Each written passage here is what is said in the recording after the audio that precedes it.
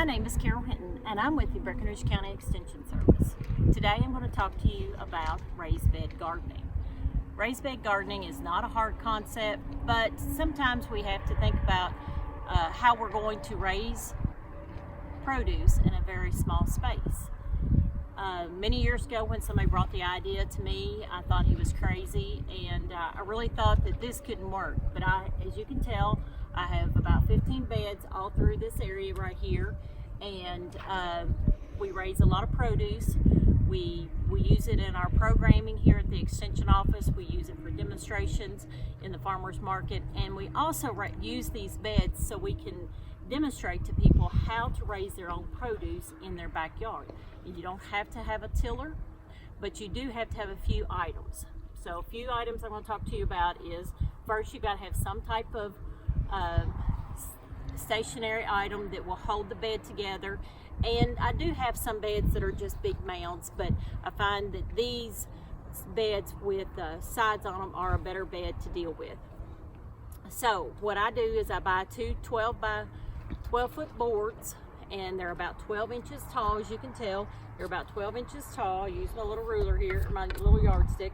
These are actually right at 10.5 inches tall. And I take those two boards and I cut them in two pieces. One board will make one 8-foot piece and one 4-foot piece. And I make the bed 4 foot wide, just because if this bed is going to be accessible to me and easy for me to use, I need to be able to reach across. As you can tell, I'm almost halfway into this bed. If you're raising produce in here, you don't want to jump up in this bed, because we want to cover every inch of this with plants. We don't want to have to weed anything. So competition is key in getting the weeds out. So we want it about 4 foot wide, and then it's 8 foot long. And the reason we want it 8 foot long is, if you can see, I don't want to have to walk 30 feet down to get in between two beds. Now sometimes I do put my herbs in the middle of a bed, like that one is right there, and just to add in something, but I can walk through it and I don't have to weed eat or put any rock there. So in a 4x8 bed, you're going to be able to put 32 plants. And the way we do this is we like to section it off in 12-inch blocks. And you can see I've got a ruler here, and you can do it by string.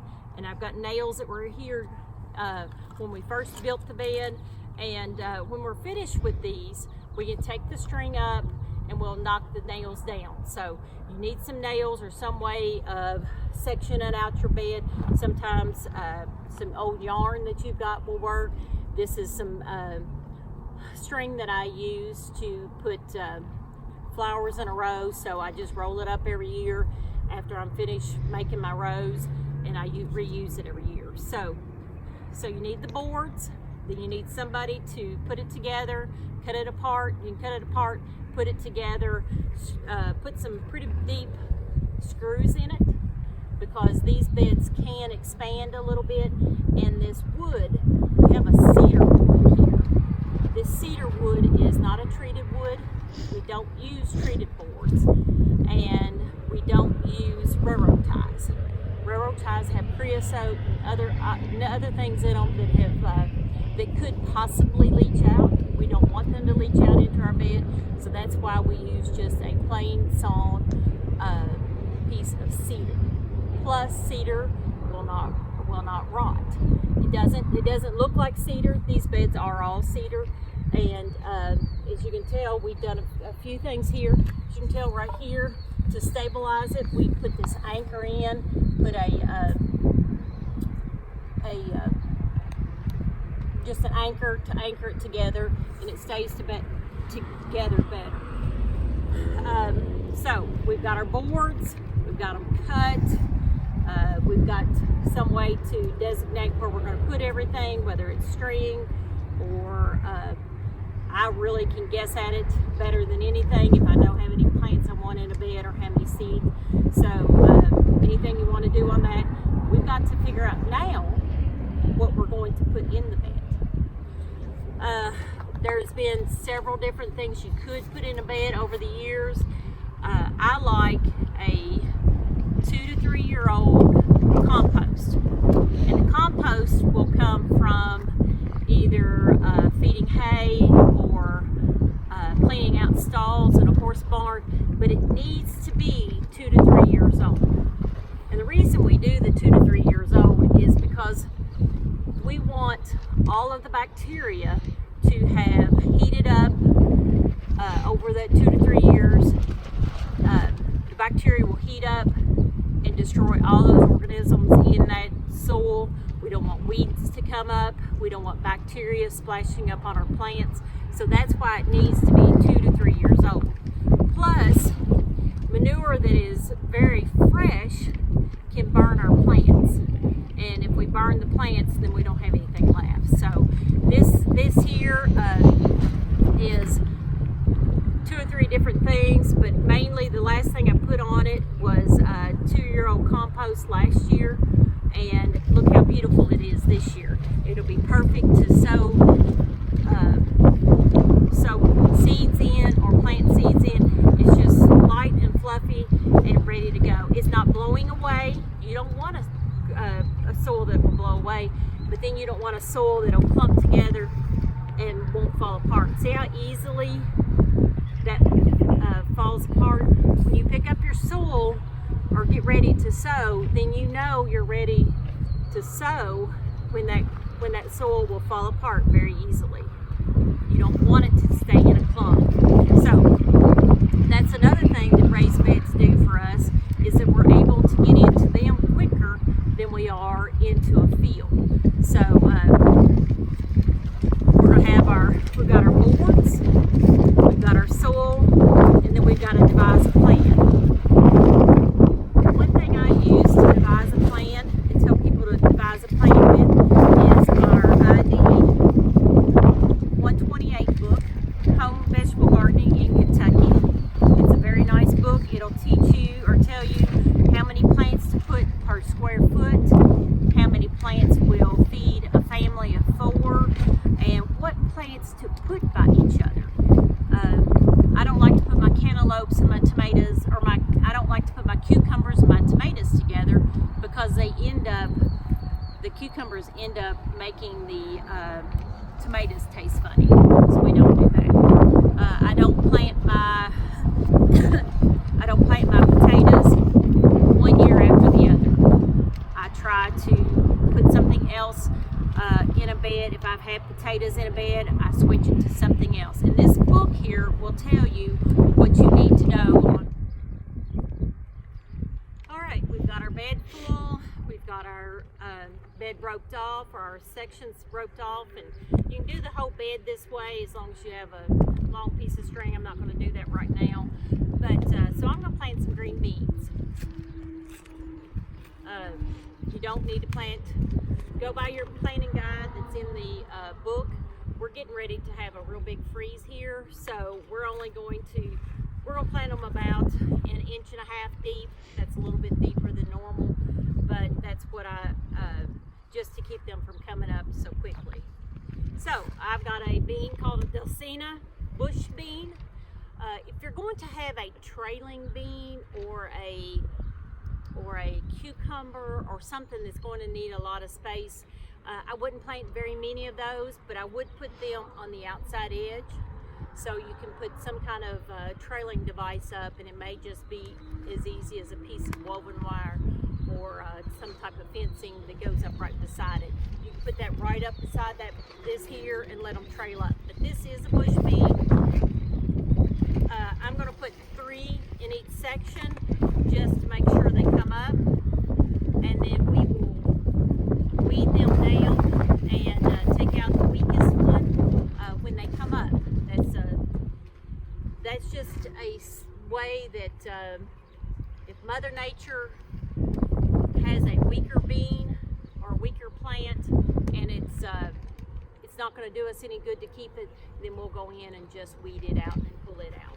It's hard to do that, but sometimes it's necessary if it's not going to produce what we want. So, see, I can eyeball it here. I've got my nail, and I can eyeball across here to put my 3 beans out in each section.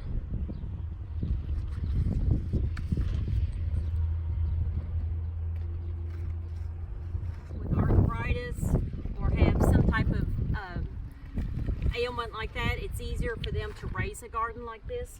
And we also have beds, you may have seen them at our nursing home here in Breckinridge County and at the hospital, that the staff and the residents take care of, and they allow those residents to come out when they're not in quarantine, come out and either plant plants, or they'll pick. Last year they loved picking the little baby bell peppers that we had provided for them, and the cherry tomatoes. So it was a very nice treat for them to be able to garden. They could push their wheelchair right up next to it and garden at their height and be able to pick those nice fresh vegetables for them out there. So we'll go on down to our next bed where we've got, I've already planted peppers, and I'm going to have to cover those up in the next day or so because of the freeze coming in, but I'll show you how those pepper plants look. In preparing for next year or this year's crop, these beds have weeds in them, and during the year they'll have some weeds in them, but as you can tell, they're very easy to pull up. It doesn't take very much just to pull them up and throw them out, and then we just rake the soil back in, cover the holes up where it already pulled all the weeds out, level it out. You can do this with a rake, or if you've got kids that love to do stuff like this, pull it off the side. As you can tell, it gets a little compacted over here on the sides, so pull it out here on the sides and push it in and kind of mix it up. Stir it up really good before you get started. We like a level bed as much as you can. When I got into these beds this year, because we had such a very mild winter, I had potato plants coming up. Potatoes that were left from last year, they got missed when we harvested them, and then they were still in good shape, but they started coming up. So that was my only reason, probably, I knew where I planted my potatoes. And when I say you need to plan what you're going to plant, then you need to keep that in mind and keep those records year to year, so you can so you won't be putting potato plants or potatoes after potatoes after potatoes, because there are diseases that build up over time in plants like that, so, or in vegetables like that. So make sure you keep that plan on hand and keep it till the next year, and rotate those vegetables around. Even if it's from this side of the bed to this side of the bed, make sure you try to rotate those around. It's just good agronomic practices to do that, and we have less diseases to fight. I'm back again, and here we have our pepper plants that we planted. When you go out to buy plants, it's not always the cheapest plants that you'll find, or if you think a plant looks a little bit yellow or it has spots on it, maybe you need to stay away from those plants. These plants here that I've got are called a baby bell pepper. They are resistant to some diseases, but they can also get something called bacterial leaf spot. So we want to make sure when we buy plants, or people give us plants, that we are planting something that is that's in good health. We don't want to have to nurse it back to life and then try to grow a crop out of it. So the best thing to do is start out with very good soil, and then we'll have very good transplants or good varieties. So the bean I just planted earlier is it's a newer variety. Some of your older varieties may be harder to grow and keep disease out of them. So make sure you do that. Pick a good plant, pick a good variety of a seed, and you'll have a very good start to a very good productive year in your raised bed. One last thing before leaving your bed, make sure these nails that we put in, or whatever you use to mark your area, make sure you bend those back over to make sure when you come back, that you or someone else, you all don't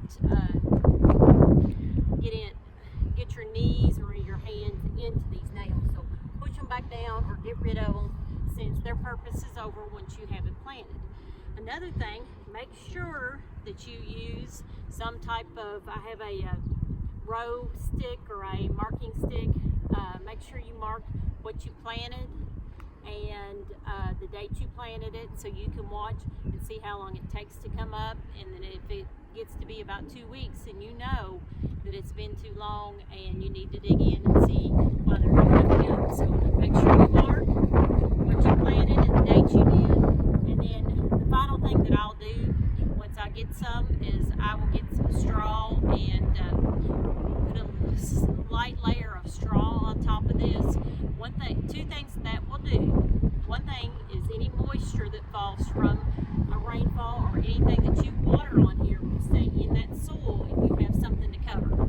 Some people will use a newspaper, but in a wind like this, it's hard to keep the newspaper. So we'll put straw, just a very light layer of straw in it to keep the moisture. And then the second thing that does, it will create a weed barrier, so the weeds have a harder time coming up. But the plants, once they start coming up, you'll just pull that straw away from it and let them come on up,